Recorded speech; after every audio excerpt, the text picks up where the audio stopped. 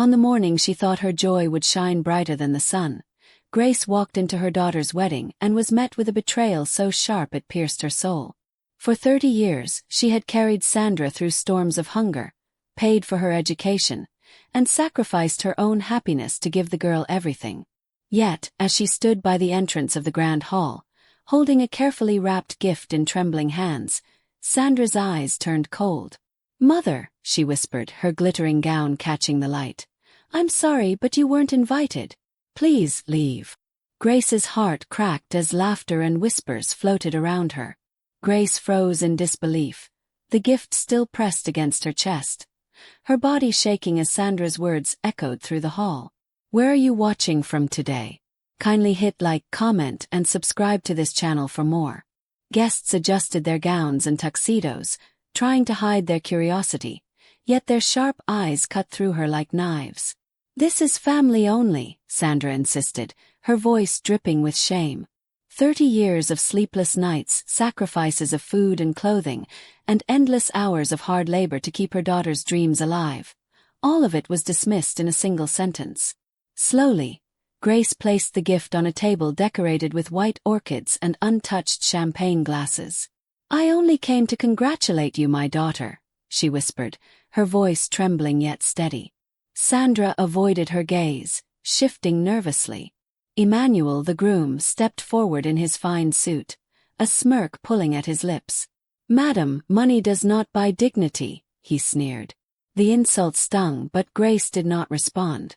Instead, she studied Sandra's face, the same face she had kissed every night as a child, the same lips that once called her Mama with love, and realized her daughter now saw her as nothing more than a burden. Grace's steps echoed as she turned away from the golden hall. The marble path stretched like a punishment, each step heavier than the last. Around her, sleek cars glistened, symbols of wealth and pride, while her old car stood forgotten in the corner. She paused for a moment, staring back at the towering building where her daughter celebrated without her. Years of building Sunwave Enterprises had taught her discipline, and years of raising Sandra alone had given her resilience. She reached into her purse, pulled out her phone, and her thumb hovered over a number. This was not revenge. It was justice long overdue. "Citibank Business Services, how may I help you?" A calm voice answered. Grace's reply was firm though her chest ached. "This is Grace Olamide. Count number 913672. I need to stop all payments linked to my daughter's wedding." Silence filled the line before the banker spoke again. "Madam, these are very large transactions. Are you sure you want to proceed?" Grace closed her eyes, steadying her breath. "Yes. Every flower, every plate of food, every light, every song. It all ends now." With practiced precision, she gave the authorization codes. At that moment, Sandra's perfect wedding began to crumble. Grace ended the call and sat quietly in her car parked at the edge of the lot. For years she had been the silent builder of Sandra's world, the invisible hands behind every comfort. Now those hands had finally been withdrawn. Through the tall windows of the hall, she could see guests raising glasses and laughing, unaware that the foundation beneath their celebration was crumbling. Grace's phone buzzed, but she ignored it. Her eyes remained fixed on the grand hall where Sandra laughed, radiant in her pearl gown, blind to the storm approaching. Grace whispered softly, "May you finally understand what true sacrifice costs." Inside the hall, Sandra glided across polished floors, her laughter mixing with music. Emmanuel's friends surrounded them, praising the expensive decorations. Suddenly, movement at the side entrance caught attention. Workers from the floral company, carrying empty containers, walked in without a smile. Guests frowned in confusion as the florists moved toward the altar arrangements. Sandra approached them, her voice sharp. "Excuse me, we're in the middle of a reception. Whatever you need can wait." The florist, a woman named Ruth, straightened her back. "Madam, I'm here to collect the flowers. Payments have been cancelled by Grace Olamide." Sandra froze, her face draining of color. Gasps rippled through the hall. Sandra's friends whispered, their voices rising like buzzing bees. Emmanuel stormed forward, anger flashing in his eyes. "This is absurd. You cannot dismantle flowers during my wedding." Ruth did not flinch. "Sir, without payment, these arrangements remain our property. We must collect them immediately." With quiet determination, her assistants began removing centerpieces while stunned guests watched. Sandra grabbed Emmanuel's arm, whispering, "It's a mistake, my mother would never." But deep inside she knew the truth. The very woman she had dismissed at the door had quietly shifted the ground beneath her glittering celebration. Before Sandra could recover, the catering team entered. Led by Marcus, the head of Elegant Tastes Catering, they rolled in carts and began covering serving stations. "Food service must stop immediately," Marcus announced firmly. Payment authorization was withdrawn. Guests gasped louder now, some standing, others placing champagne flutes down with trembling fingers. "You can't!" Emmanuel barked, his voice echoing across the hall. Marcus shook his head. "Contracts are clear, sir. No payment, no service. We cannot continue." Sandra clutched at her gown, panic setting in. The music faltered, the atmosphere shifted, and whispers grew sharper. Her perfect wedding was unraveling thread by thread. Sandra's heart pounded as she turned toward the crowd. Faces that once smiled now carried confusion and judgment. "There must be a mistake," she stammered, reaching for her phone. But before she could dial, the string quartet stopped playing. Their coordinator appeared with folded arms. "Our contract is voided too. Equipment must be packed immediately." One by one, the pillars of the celebration collapsed. Flowers disappeared, food was covered, music died. The hall that once sparkled with life now felt like an empty stage. Guests whispered fiercely, their polished smiles gone. Sandra's chest tightened as Emmanuel glared at her, suspicion flashing in his eyes. The venue manager, her voice hesitant, stepped forward with a clipboard. "Mrs. Emmanuel, there's something you must know. All payments for this wedding came from your mother's account at Citibank. She has stopped every transaction." The words cut like a knife. Sandra's knees weakened as she clutched a chair for support. "No, no, she wouldn't do this to me," she cried. But in her heart the truth burned clear. Grace had acted. Guests stared at her, whispers turning to gossip. Emmanuel clenched his fists, his pride wounded. "So, all this luxury came from your mother's pockets. And you still threw her away." Sandra's hands shook as she dialed Grace's number. From the parking lot, Grace's phone rang steadily on the dashboard. She looked at the glowing screen, saw her daughter's name, and let it ring unanswered. Inside the hall, Sandra's desperation deepened. She tried again, voice trembling as she left a voicemail. "Mama, please, something is wrong. The vendors are taking everything. People are watching. Please answer." Guests avoided her eyes now, their silence louder than drums. Emmanuel paced, his jaw tight. The bride who had once shone like a queen now stood humiliated, trapped between her arrogance and her mother's silent justice. The chaos intensified as more vendors entered the hall, each demanding their equipment. The photographer unplugged his cameras, his assistant removing tripods. The decorators' team began stripping drapes from the walls. Even the sound technician disconnected the speakers, plunging the hall into eerie silence. Sandra tried to smile to reassure guests, but her lips trembled. Emmanuel pulled her aside, his voice harsh. "Did you know your mother funded all this? Did you plan to tell me? My family looks like fools." Sandra's eyes welled with tears. For the first time, she realized the cost of biting the very hand that had fed her life. Grace sat quietly in her car, watching the catering van pull away with untouched food. She did not smile, but her heart carried a heavy calm. This was not the revenge of an angry woman. It was the justice of a mother who had given everything yet been thrown aside like dust.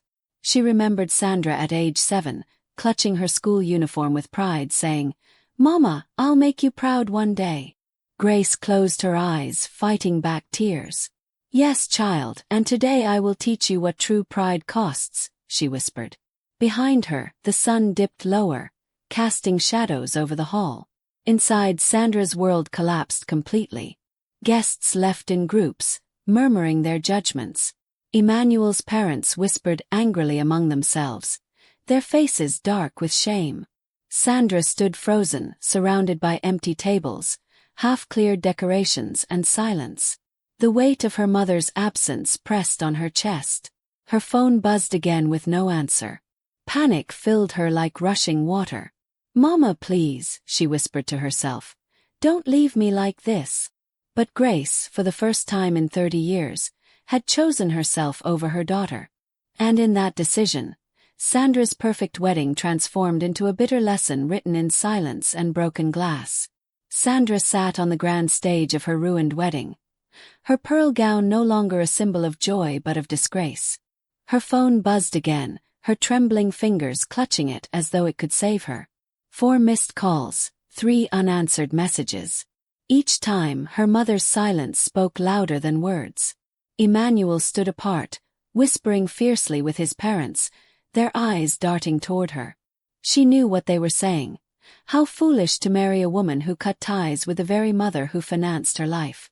For the first time, Sandra realized her marriage had begun under a shadow of lies.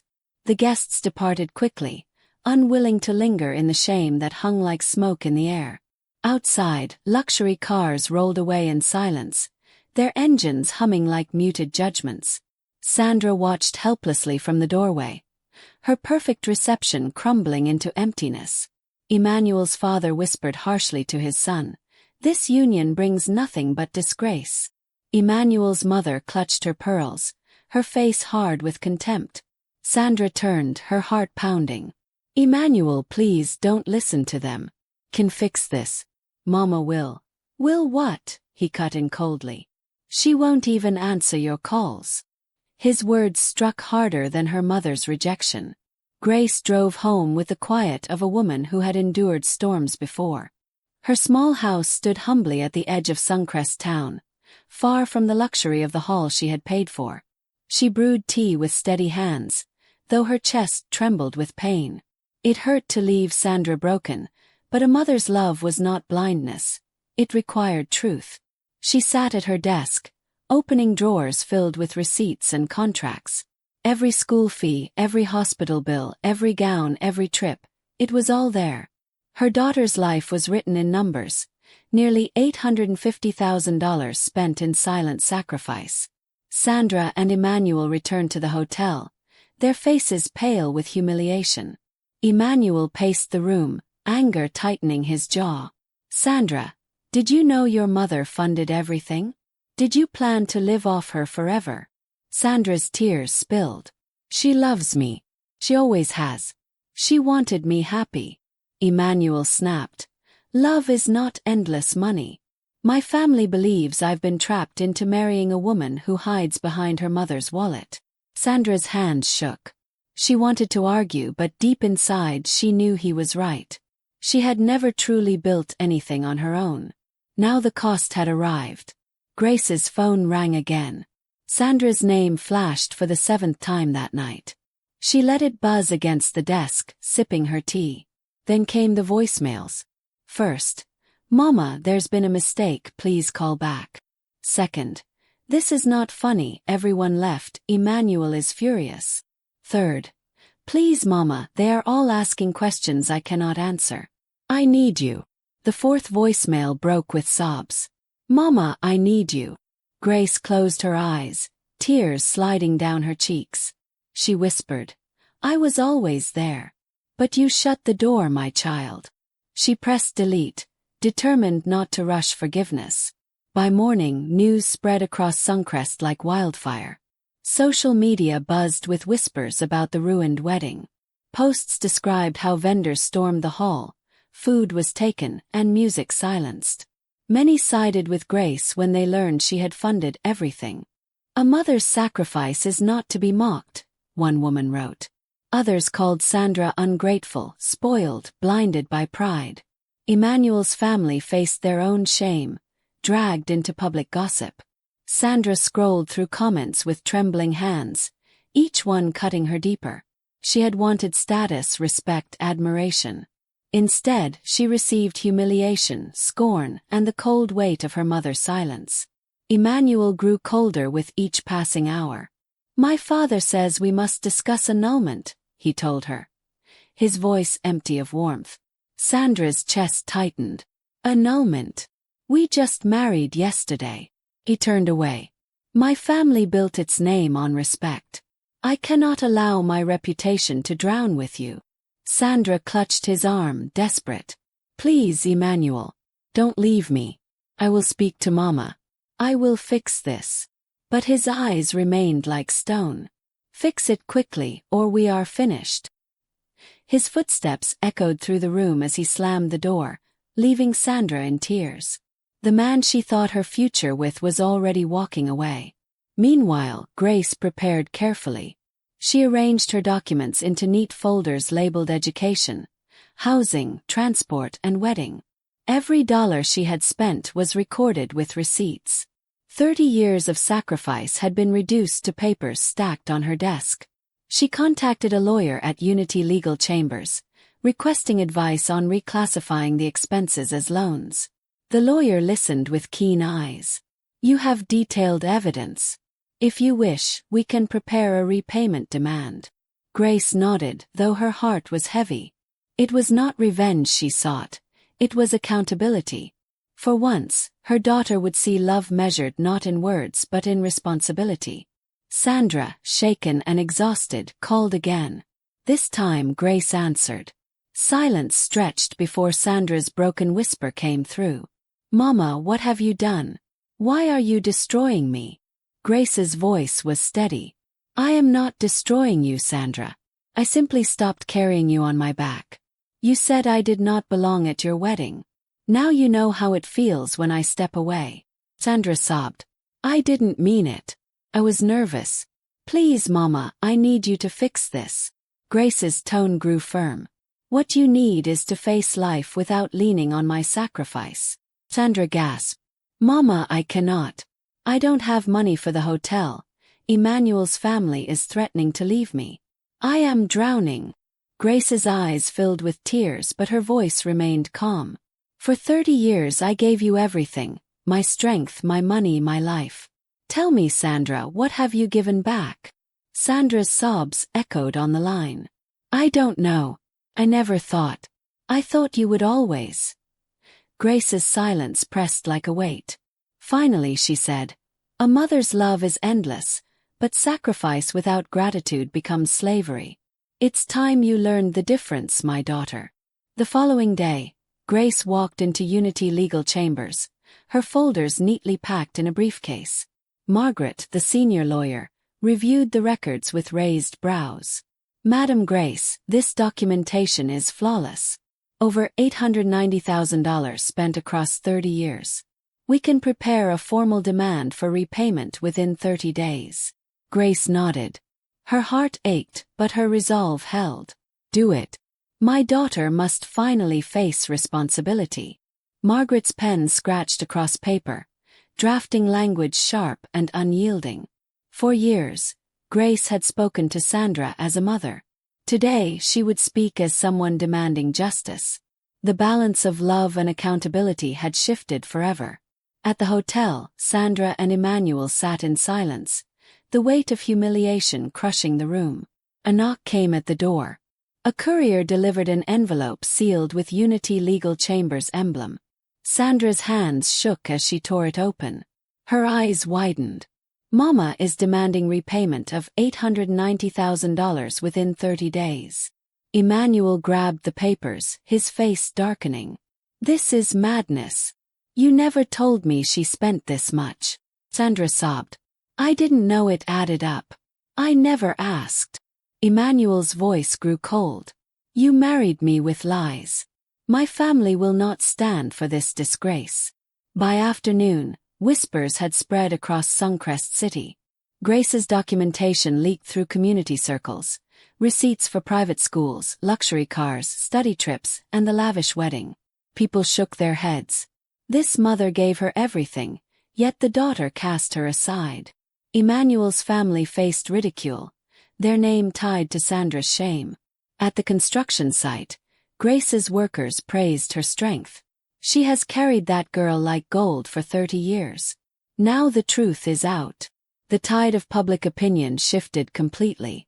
Sandra, once admired for elegance, now became a symbol of ingratitude. Her carefully built image cracked beyond repair. Emmanuel's father called a family meeting. Sandra sat stiffly while elders' voices rang in judgment. Your marriage began with deceit. We cannot allow Emmanuel's reputation to sink with yours. Sandra pleaded, her tears soaking the legal papers. I never meant to deceive. I just wanted a perfect wedding. Emmanuel's mother's voice was like ice. Perfection built on lies collapses quickly. Emmanuel turned away from Sandra, his shoulders heavy with shame. My marriage cannot continue under this shadow, he said finally. Sandra gasped, her heart breaking. You would abandon me after 1 week. Emmanuel's silence was her only answer. Back at home, Grace prayed silently. Though her daughter's pain reached her, she knew truth was more important than comfort. Her phone buzzed again. Sandra's broken voice pleaded. Mama, Emmanuel's family wants to end the marriage. Everyone is against me. Please stop this. Grace's eyes filled with tears, but her voice stayed calm. Sandra, you told me I was unworthy of your world. Now you see that world collapse without me. Pain is a teacher sharper than words. Sandra cried. What do you want from me? Grace answered. I want you to grow into a woman who can stand on her own. Days passed.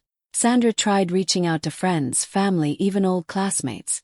Each gave polite excuses, unwilling to shoulder her burden. The world that once praised her beauty and style turned away when responsibility appeared. Alone in her hotel room, Sandra stared at her reflection. The jeweled gown now hung lifeless in the closet. Her makeup-stained face reflected the cost of pride. For the first time she admitted the truth aloud. I destroyed myself. That night she dialed her mother again, her voice softer than ever. Mama, I am ready to listen. Please teach me. I don't want to live like this anymore. Grace listened quietly before responding. Sandra, if I help you, there will be conditions. You will find work within 2 weeks. I don't care if it's serving food or cleaning offices. Dignity comes from labor, not appearances. For 6 months you will not ask me for money. You will survive with what you earn. Only then will we speak as equals. Sandra swallowed her pride. Yes, Mama. Agree. I will do whatever it takes. Grace's heart softened slightly. I will send you $1,000 for 1 week's rent and food. After that, the journey is yours. Sandra whispered. Thank you, Mama. I won't fail again. The money came that night. For the first time in her life, Sandra budgeted carefully, counting each dollar. She applied for jobs at restaurants, shops, and cleaning companies. Days turned to weeks. The work was hard, humbling, and unfamiliar. Yet slowly something changed. Sandra began to see the dignity in honest labor. Her back ached, her feet blistered, but each paycheck filled her with pride she had never known. Each evening she called Grace, not to ask for money but to share her progress. Mama, I worked 8 hours today. I stood on my own feet. Grace's heart warmed quietly. 3 months later, Sandra visited Grace's home. She wore no jewels, only a simple dress and worn shoes. She carried no arrogance, only humility. She knelt before her mother, tears running down her cheeks. Mama, forgive me. I was blind, selfish, and proud. You gave me everything and I gave you nothing. Now I understand. Love is not measured in money but in respect and gratitude. Please allow me to earn back your trust. Grace pulled her daughter up, embracing her tightly. My child, forgiveness is already yours. But respect must be built, not begged. Today you begin anew. From that day, Sandra worked with determination. She balanced her job with evening classes, determined to rebuild her life with dignity. Emmanuel's family had abandoned her, but her mother's steady hand remained. Grace did not shower her with money but guided her with wisdom. Over time, Sandra grew into a woman of strength and humility, respected not for wealth but for resilience. And Grace, though her heart had once broken, now smiled with peace. She had not sought revenge, only justice. In the end, mother and daughter walked together again, bound not by entitlement, but by love finally understood.